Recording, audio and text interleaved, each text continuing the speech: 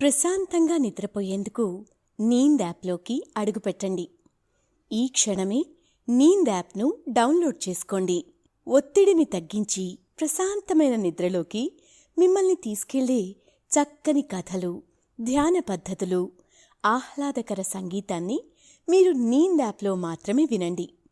ఇవే కాకుండా పలు రకాల స్లీప్ ప్రోడక్ట్స్ అయిన sleep gummies, milk mix, sleep tea bags గురించిన సమాచారం తెలుసుకోవచ్చు.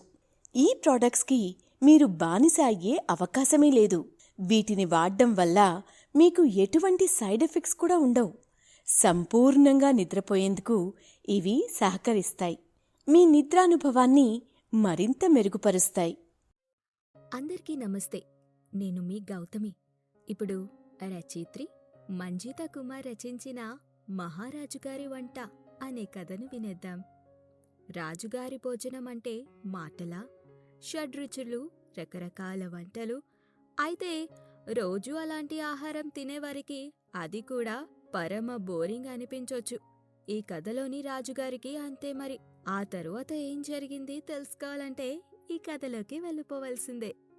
అయితే మనం కథ వినటం ప్రారంభించే ముందు సౌకర్యవంతమైన స్థితిలోకి వెళ్దాం.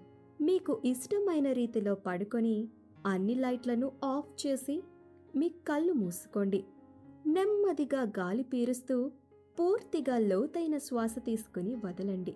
ఈ ప్రపంచాన్ని, ఇవాల్టి జ్ఞాపకాలను మెల్లగా పక్కకు నెట్టి క్రమంగా నిద్రలోకి జారుకునే సమయం ఇది.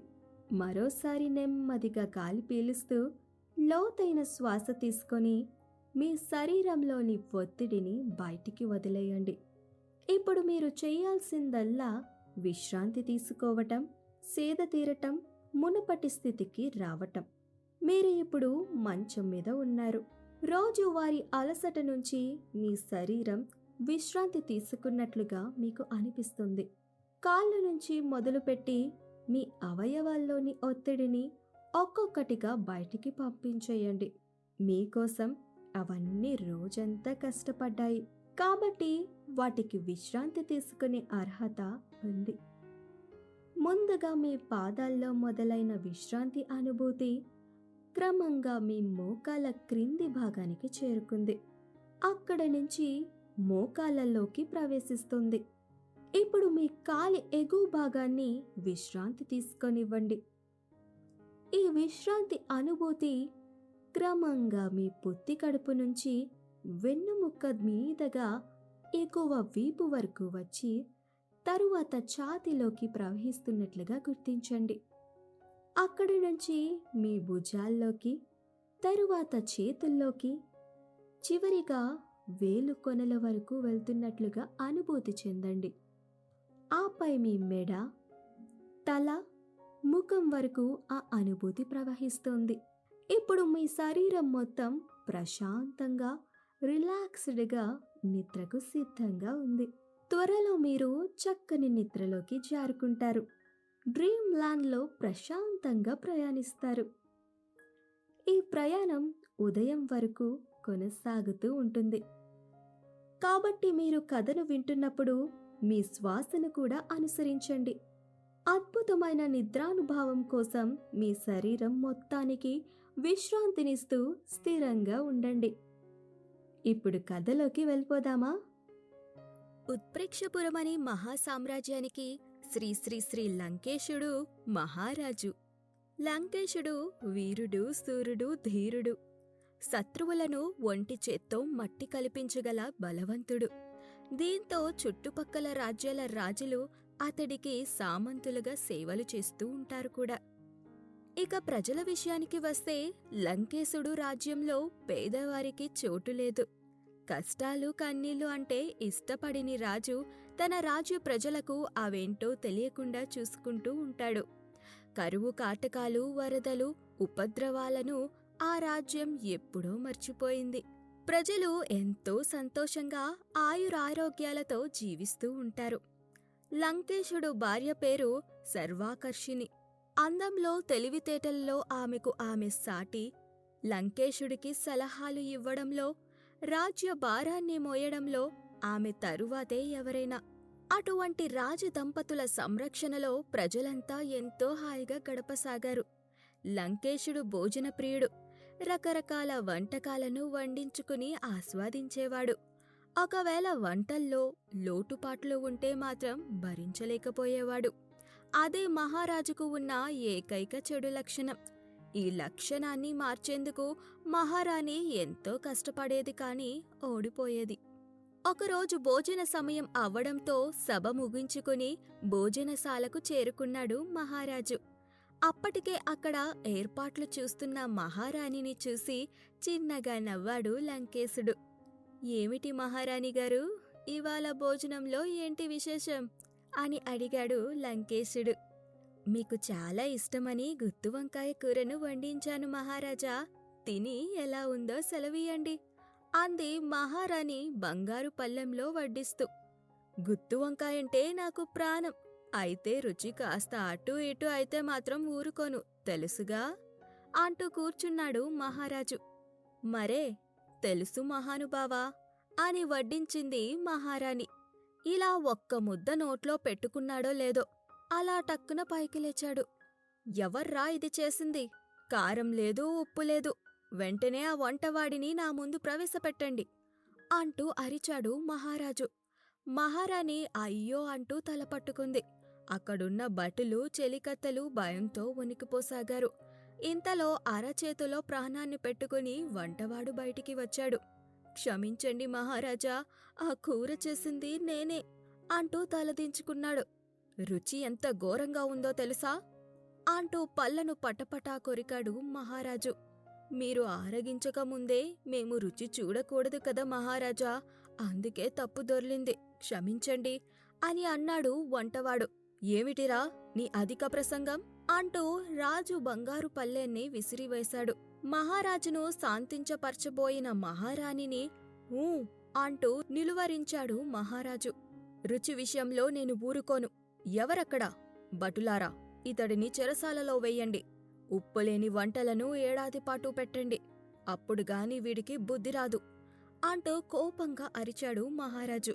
అయ్యో మహారాజా, తప్పైంది మన్నించండి, నాకు కుటుంబం ఉందండి, వారు అనాథలవుతారు, నన్ను వదిలేయండి అని ఎంతో వేడుకున్నాడు వంటవాడు. కాని మహారాజు వినేలేదు. మహారాజా, పాపం, అతడి తప్పు కాదండి, వదిలేయండి అని మహారాణి సర్వాకర్షిని వేడుకుంటున్నా మహారాజు వినలేదు. దీంతో భటులు వంటవాడిని చెరసాలకు తీసుకువెళ్లారు. ఆ పూట మహారాజు భోజనం చెయ్యకుండా కేవలం పండ్లు పాలు తాగి ఉండిపోయారు. మహారాణి ఎంత బతిమాలినా వినలేదు. వంటవాడు చెరసాల పాలు కావడంతో మరో వంటవాడి కోసం భటులు వేట మొదలుపెట్టారు. కాని వంట విషయంలో రాజుగారి వ్యవహారం తెలుసు కాబట్టి రాజమందిరంలో వంట చేసేందుకు ధైర్యం చూపలేదు ఎవ్వరు. భటులు ఎంత ప్రాధేయపడినా జీతం మూడింతలు ఎక్కువిస్తామన్నా సరే ప్రాణాలపై తీపితో ఎవరూ ముందుకు రాలేదు.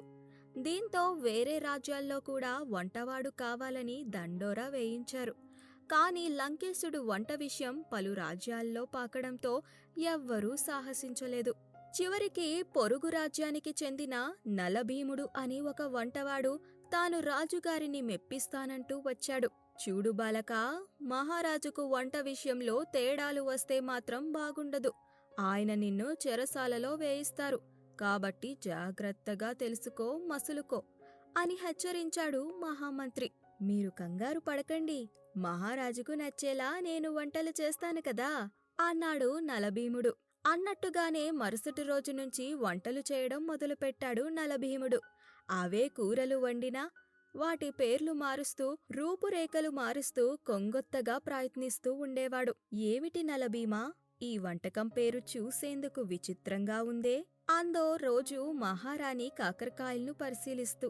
మహారాణి మాత, ఇది కాకరకాయనే కాకపోతే నేను దీనికి వినూత్నంగా చిత్రదర్శన అని పేరు పెట్టి కొత్తగా కోసి వండాను, అందుకే మీరు గుర్తించలేదు అంటూ నవ్వాడు. నీ ఆలోచన వంటల్లో నీ నైపుణ్యం బహు బాగున్నదే. రాజుగారికి నీ వంట నచ్చితే నీ పంట పండినట్టే అంది మహారాణి. ఈలోగా భోజనాలకు విచ్చేశాడు మహారాజు. వస్తూనే ఘుమఘుమ వాసనలు ఆస్వాదించాడు. ఆహా, ఏమి వాసన! కమ్మటి కూర ఏదో వండినట్టున్నారు అన్నాడు మహారాజు రాణివంక చూస్తూ.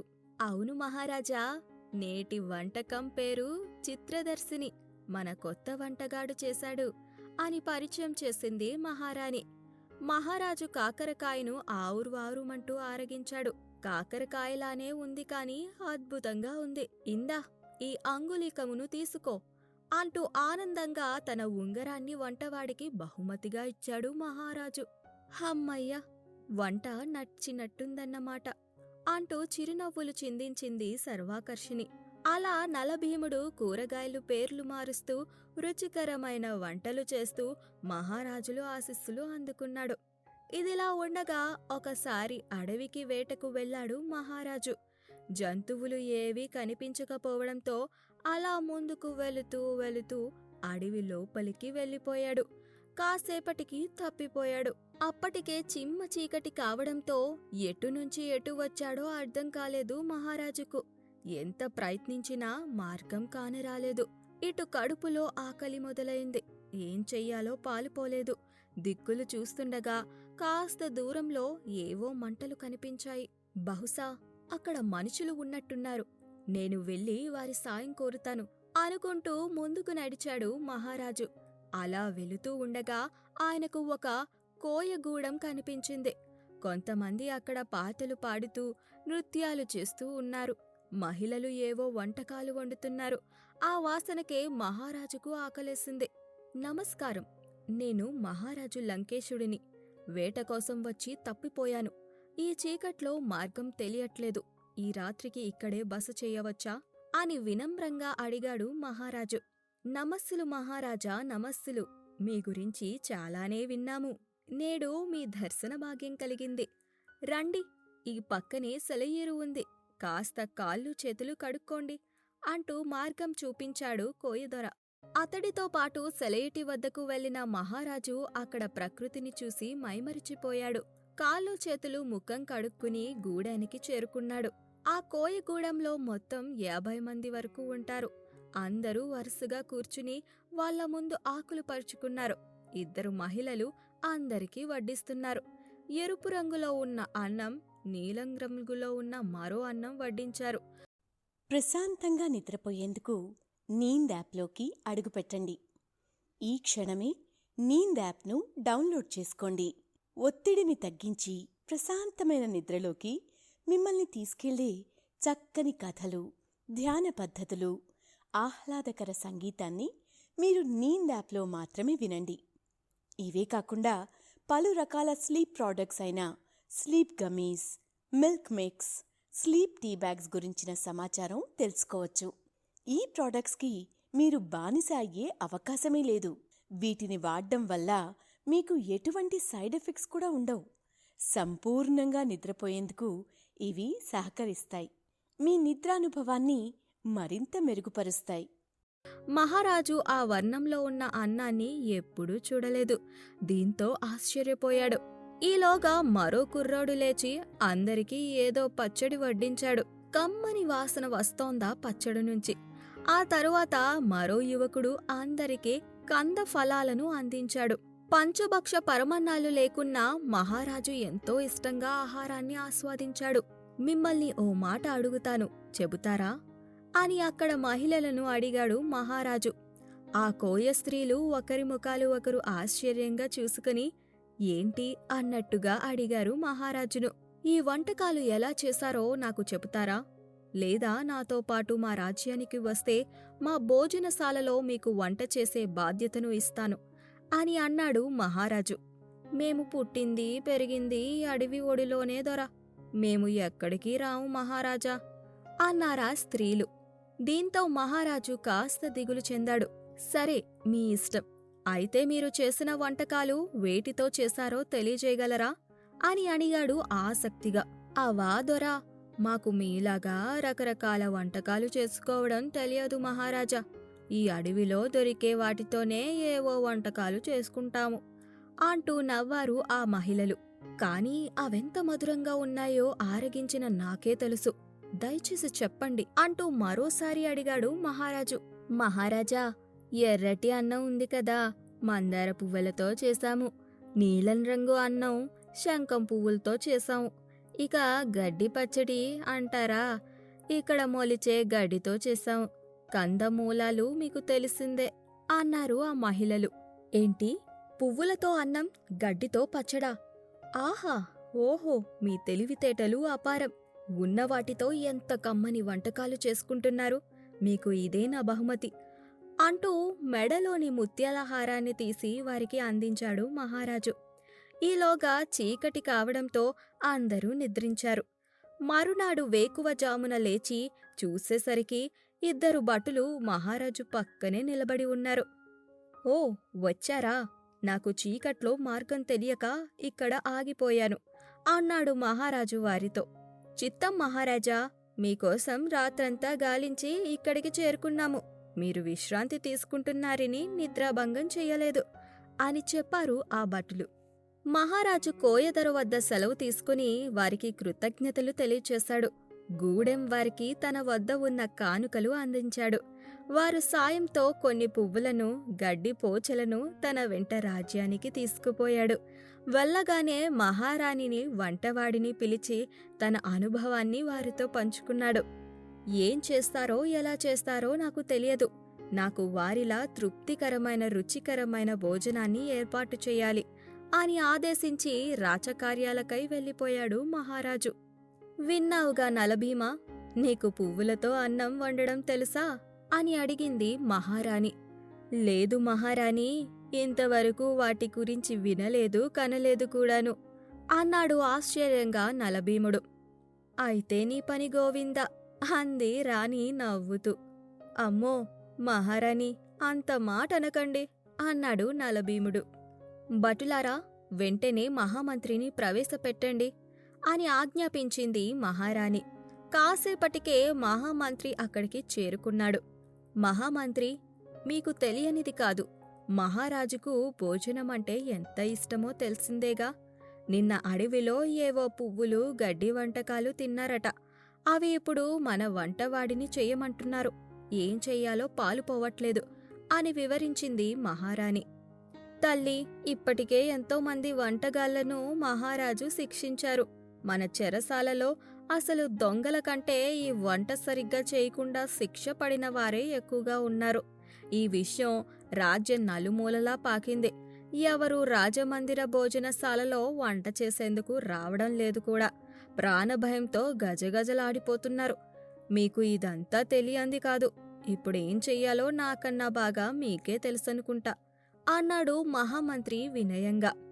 ఇప్పుడేం చేద్దాం మరి అని ఆలోచించసాగింది మహారాణి.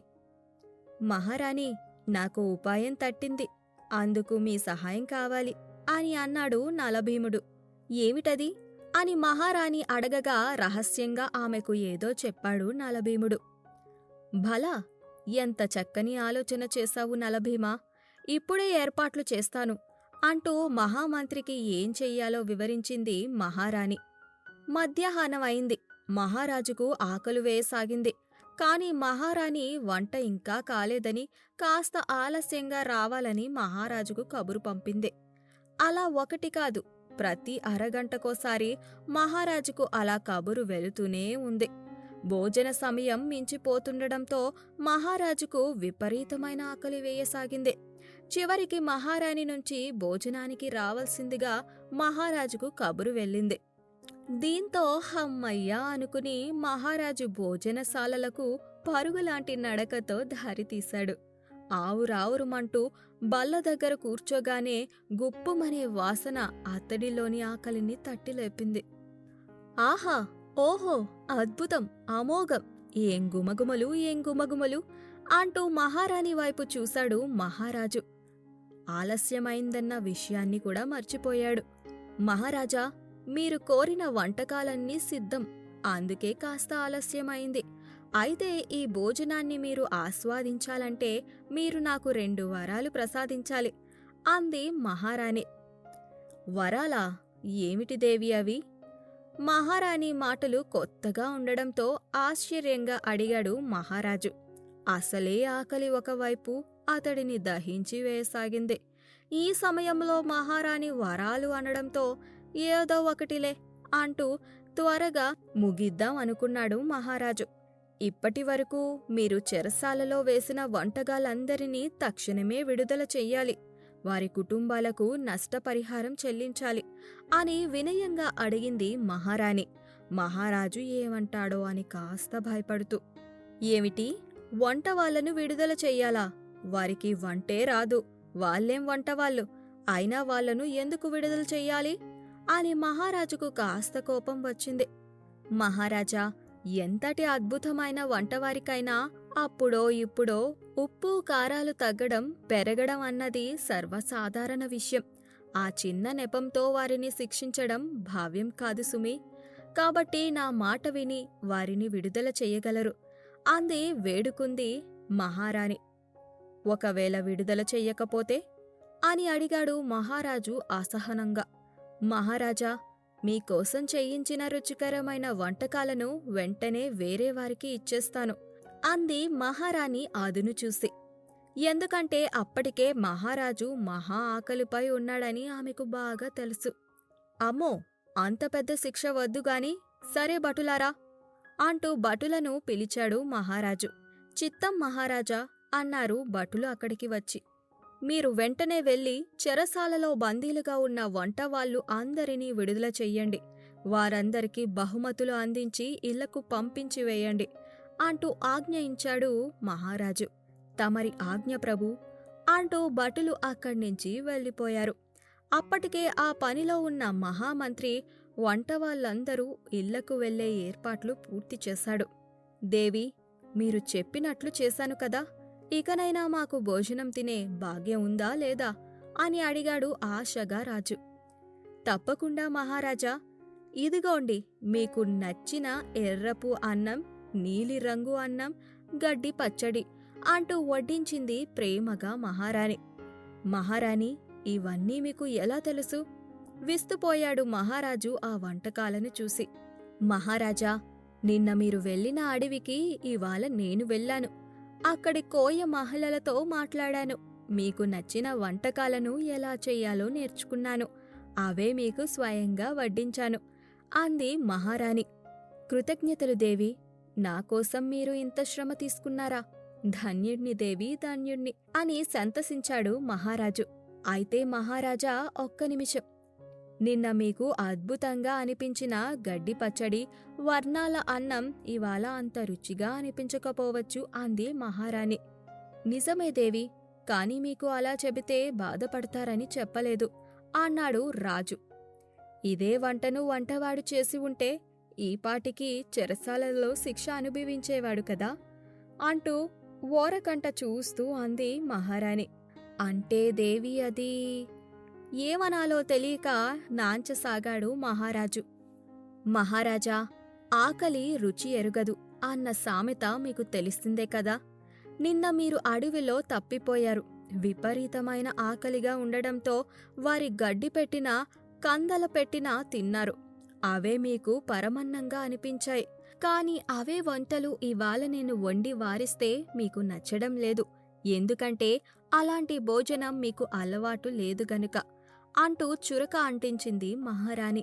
మీరు చెప్పింది వాస్తవమే మహారాణి అన్నాడు మహారాజు ఆలోచిస్తూ. అంతేకాదు మహారాజా, రాజమందిరంలో మీరు పంచపక్ష పరమాన్నాళ్ళు తిన్నా కూడా ఏవో లోటుపాట్లు వెతికేవారు. చిరు కారణాలతో వంకలు పెట్టేవారు. అలా ఎంతమందిని బాధ పెట్టారో తెలుసా అని అడిగింది సూటిగా. నిజమే దేవి, ఇప్పుడిప్పుడే నాకు అర్థమవుతోంది అని తలదించుకున్నాడు మహారాజు. సరేగాని నాకు 2 వరాలు ఇవ్వమని అడిగాను, గుర్తుందిగా? మహారాణి కనుబొమ్మలు ఎగరేస్తూ అడిగింది. గుర్తుంది దేవి, సెలవీయండి అన్నాడేగాని మహారాణి ఏమడుగుతుందో అని కాస్త బెరుకుగా అనిపించింది రాజుగారికి. మీరు ఓ 3 రోజులపాటు మన వంటశాలలో వంట చెయ్యాలి అంది మహారాణి మాటలకు రాజు అవాక్కయ్యాడు. ఏంటి, నేను వంట చేయడమా? ఇది కనీ విని ఎరుగము. ఇంతవరకు మా వంశంలో ఎవ్వరూ వంట చేసిందే లేదు మీసాలు మెలేశాడు రాజు. మహారాజా, వంట చేయడమంటే యుద్ధం చేసినంత కష్టం కాదు. ఇష్టంగా చేస్తే సులువైన పనే. అప్పుడే కదా మీక్కూడా వంట వాళ్ళ కష్టాలు సుఖాలు తెలిసేది అంది మహారాణి. మహారాణి మాటలకు ఆలోచనలో పడ్డాడు మహారాజు. సరే దేవి, చేస్తాను. మీకు ఇచ్చిన మాటను తప్పకూడదు కదా అన్నాడు మహారాజు. ప్రశాంతంగా నిద్రపోయేందుకు నీంద్ యాప్లోకి అడుగుపెట్టండి. ఈ క్షణమే నీంద్ యాప్ను డౌన్లోడ్ చేసుకోండి. ఒత్తిడిని తగ్గించి ప్రశాంతమైన నిద్రలోకి మిమ్మల్ని తీసుకెళ్లే చక్కని కథలు, ధ్యాన పద్ధతులు, ఆహ్లాదకర సంగీతాన్ని మీరు నీంద్ యాప్లో మాత్రమే వినండి. ఇవే కాకుండా పలు రకాల స్లీప్ ప్రోడక్ట్స్ అయిన sleep gummies, milk mix, sleep tea bags గురించిన సమాచారం తెలుసుకోవచ్చు. ఈ ప్రోడక్ట్స్కి మీరు బానిస అయ్యే అవకాశమే లేదు. వీటిని వాడడం వల్ల మీకు ఎటువంటి సైడ్ ఎఫెక్ట్స్ కూడా ఉండవు. సంపూర్ణంగా నిద్రపోయేందుకు ఇవి సహకరిస్తాయి. మీ నిద్రానుభవాన్ని మరింత మెరుగుపరుస్తాయి. అలా అనడమే తరువాయే మరుసటి రోజు ఉదయమే మహారాజును నిద్రలేపింది మహారాణి. మహారాజా, పదండి, వంటకు వేలయ్యింది అంటూ స్నానాల గదిలోకి బలవంతంగా పంపింది. మహారాజు స్నానాధికాలు పూర్తివ్వగానే వంటగదికి తీసుకువెళ్ళింది నేరుగా. వంటగదిని తొలిసారిగా చూసిన రాజుగారికి ముచ్చెమటలు పట్టాయి. చుట్టూ రకరకాల కూరగాయలు, మసాలా దినుసులు, పప్పులు, పిండి ఇలా చాలానే ఉన్నాయి. అసలు దేనితో ఏం చేస్తారో కూడా రాజుగారికి తెలియదు సుమి. దేవి, వంటశాల ఇంత వేడిగా ఉందేమిటి? వింజామరాలు విసరమని భటులతో చెప్పమంటారా అని అడిగాడు అమాయకంగా మహారాజు. అయ్యో మహారాజా, గాలికి పొయ్య ఎలా వెలుగుతుంది? వంటగదిలో ఇలా వేడిగానే ఉంటుంది మరి. కష్టపడితేనే కమ్మటి భోజనం అంటూ నవ్వింది మహారాణి. మహారాజుకు అంతా గందరగోళంగా ఉంది. అన్నం కూరలు వండాలంటే ఏం చెయ్యాలి మహారాణి అని అడిగాడు మహారాజు రకరకాల పాత్రలను చూస్తూ. మహారాజా, ముందు కూరగాయలు తరగాలి అంటూ గంపెడు కూరగాయలను రాజు ముందు పెట్టింది రాణి. ఏమిటి, ఇవన్నీ నేను కోయాలా? తల తిరిగిపోయింది రాజుకు. తప్పదుగా మహారాజా అని మళ్ళీ నవ్వింది సుకుమారంగా రాణీదేవి. రాజుగారు ఉల్లిపాయలు తరుగుతుంటే కళ్ళల్లో నుంచి ధారగా నీళ్లు రాసాగాయి. 1-2 సార్లు వేలు తెగి రక్తం కూడా కారింది పాపం. ఇక వంటగదిలోని వేడి సెగకి చెమటలు పట్టసాగాయి. చిరాకు, కోపం పెరిగిపోసాగాయి. కాని ఎవరిపై చూపించగలడు? కష్టపడి వంట చేయసాగాడు రాజు. మహారాణి సాయంతో సగం వంటను పూర్తి చేశాడు. దేవి, ఉప్పు కారం సరిపోయాయో లేదో చూడనా అని అడిగాడు అమాయకంగా రాజు. అయ్యయ్యో, ఎలా చూస్తారు? మహారాజుకు తొలి వంట సమర్పిస్తాము. ఆయనకు ముందు వేరేవారు ఎవ్వరూ వంట రుచి చూడకూడదు కదా అంటూ మహారాణి కళ్ళు గుండ్రంగా తిప్పుతూ నవ్వుతూ చెప్పింది. ఓహో, ఇదొకటి ఉంది కదూ. ఓ, అందుకని అప్పుడప్పుడు కూరల్లో ఉప్పు కారాలు తక్కువ అవుతూ ఉంటాయన్నమాట. పాపం, వంటవాళ్ళు రుచి చూడకుండా వండిన పదార్థాలు ఎంగిలి చేయకుండా నాకు ప్రథమంగా పెడతారు. మహారాజు తన తప్పుని తెలుసుకోసాగాడు. వంట పూర్తి కాగానే బల్లపై కూర్చున్నాడు. బంగారు పల్లెంలో చెలికత్తలు వంట వడ్డించారు. కాని ఏ గుమగుమలు రాలేదు. అసలు వంటకు రుచే లేదు. ఒక్క ముద్ద నోట్లో పెట్టుకోగానే మహారాజుకు వాంతైనంత పనయింది. ఇక వంటకం మొత్తం ఉపద్రవంలా ఉంది. ఏమైంది మహారాజా అని అడిగింది మహారాణి కావాలనే. ఉప్పు ఎక్కువైంది దేవి. కాదు, మొత్తం ఉప్పుమయమే అన్నాడు మహారాజు తన వంటను తానే తినలేకపోతూ. అయితే ఈ కూరను ప్రయత్నించండి అంటూ మరో కూరను వడ్డించింది మహారాణి. ఒక్క ముద్ద నోట్లో పెట్టుకోగానే కళ్ళు నుంచి నీళ్లు రాసాగాయి. కూరల్లో గొడ్డు కారం మహారాజు తినలేకపోయాడు. అమ్మో, కారం అంటూ గటగట నీళ్లు తాగేశాడు.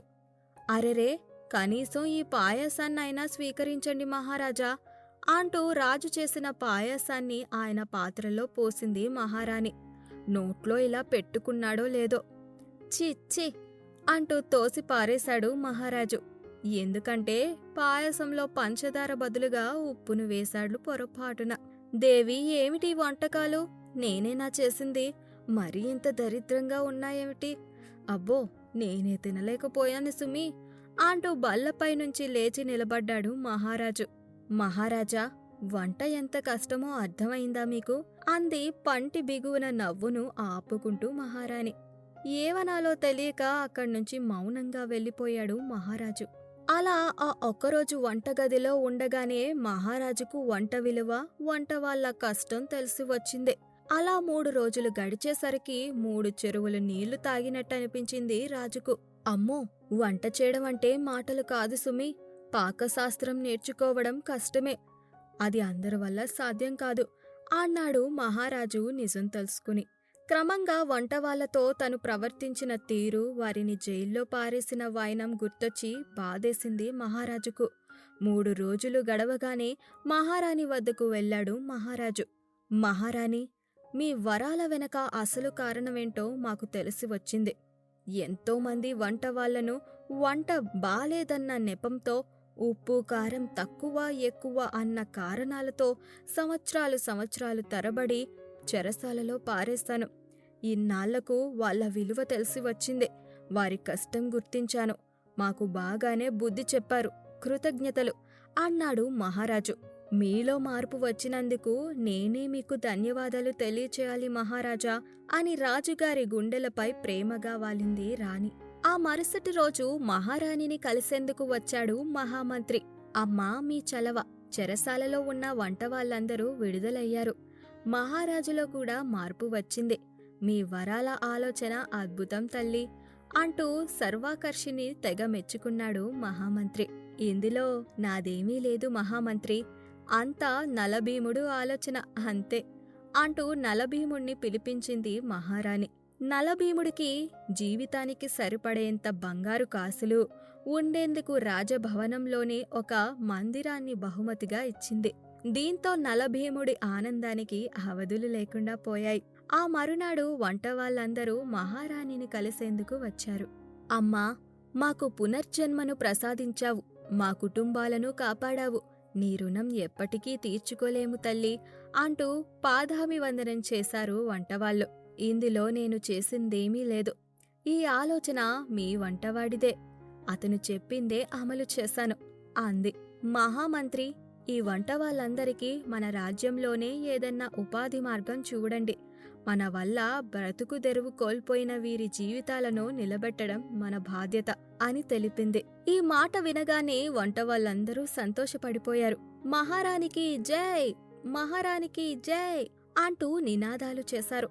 మహారాజులో కూడా చాలా మార్పు వచ్చింది. 3 రోజులు వంటవాడిగా మారడంతో పాటు వంటవాళ్ల కష్ట నష్టాలు రాజుకి తెలిసి వచ్చాయి. ఉప్పు లేదని, కారం ఉందని వంకలు పెట్టడం మానేసి భోజనాన్ని ఆస్వాదించసాగాడు మహారాజు. మహారాణి ఆలోచన చేసినట్టుగానే మహారాజు వంటవాళ్ల గురించి ఒక ఆలోచన చేశాడు. అనతి కాలంలోనే రాజ్యంలో భోజనశాలలు ఏర్పాటు చేసి బాటసారులకు ఉచితంగా భోజనం అందించే ప్రతిపాదన తీసుకువచ్చాడు. అలా వంటవాళ్లకు ఉపాధి కల్పించాడు. శుభం. ఇదే రాజుగారి వంట కథ. మనదాకా వస్తే కాని ఏదీ తెలియదంటారు. వంట చేయడం రానన్ని రోజులు తెగ వంకలు పెట్టిన మహారాజు వంట చేయడం మొదలు పెట్టగానే తన వంటలు తానే తినలేకపోయాడు. అందుకే ఎప్పుడూ ఎవ్వర్నీ బాధ పెట్టకూడదు. ఇక సెలవా మరి. శుభరాత్రి.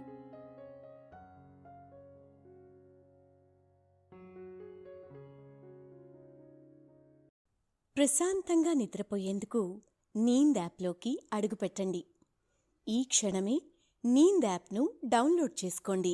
ఒత్తిడిని తగ్గించి ప్రశాంతమైన నిద్రలోకి మిమ్మల్ని తీసుకెళ్లే చక్కని కథలు, ధ్యాన పద్ధతులు, ఆహ్లాదకర సంగీతాన్ని మీరు నీంద్ యాప్లో మాత్రమే వినండి. ఇవే కాకుండా పలు రకాల స్లీప్ ప్రోడక్ట్స్ అయిన sleep gummies, milk mix, sleep tea bags గురించిన సమాచారం తెలుసుకోవచ్చు. ఈ ప్రోడక్ట్స్కి మీరు బానిస అయ్యే అవకాశమే లేదు. వీటిని వాడడం వల్ల మీకు ఎటువంటి సైడ్ ఎఫెక్ట్స్ కూడా ఉండవు. సంపూర్ణంగా నిద్రపోయేందుకు ఇవి సహకరిస్తాయి. మీ నిద్రానుభవాన్ని మరింత మెరుగుపరుస్తాయి.